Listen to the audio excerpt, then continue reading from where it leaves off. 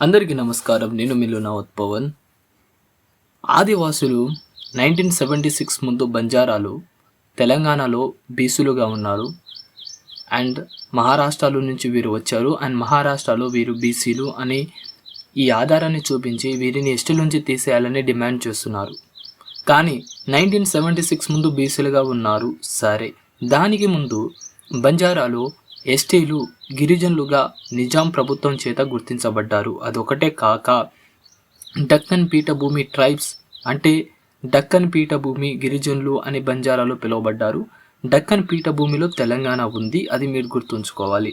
ఇంకోటి క్యాస్ట్ అంటే SC BC అనేది హిందూ మతానికి ఆ కులాలకి సంబంధించింది.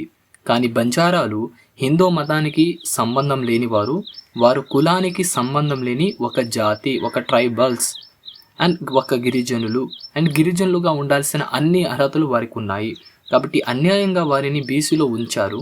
ఇప్పుడు వారు మేము ఎస్టీలో మమ్మల్ని బీసీలో ఎందుకు ఉంచారు, మమ్మల్ని ఎస్టీలుగా గుర్తించాలి అని మహారాష్ట్రలో స్ట్రైక్ చేస్తున్నారు. మరి ఇప్పుడేమంటారు నా ఆదివాసీ సహోదరులారా?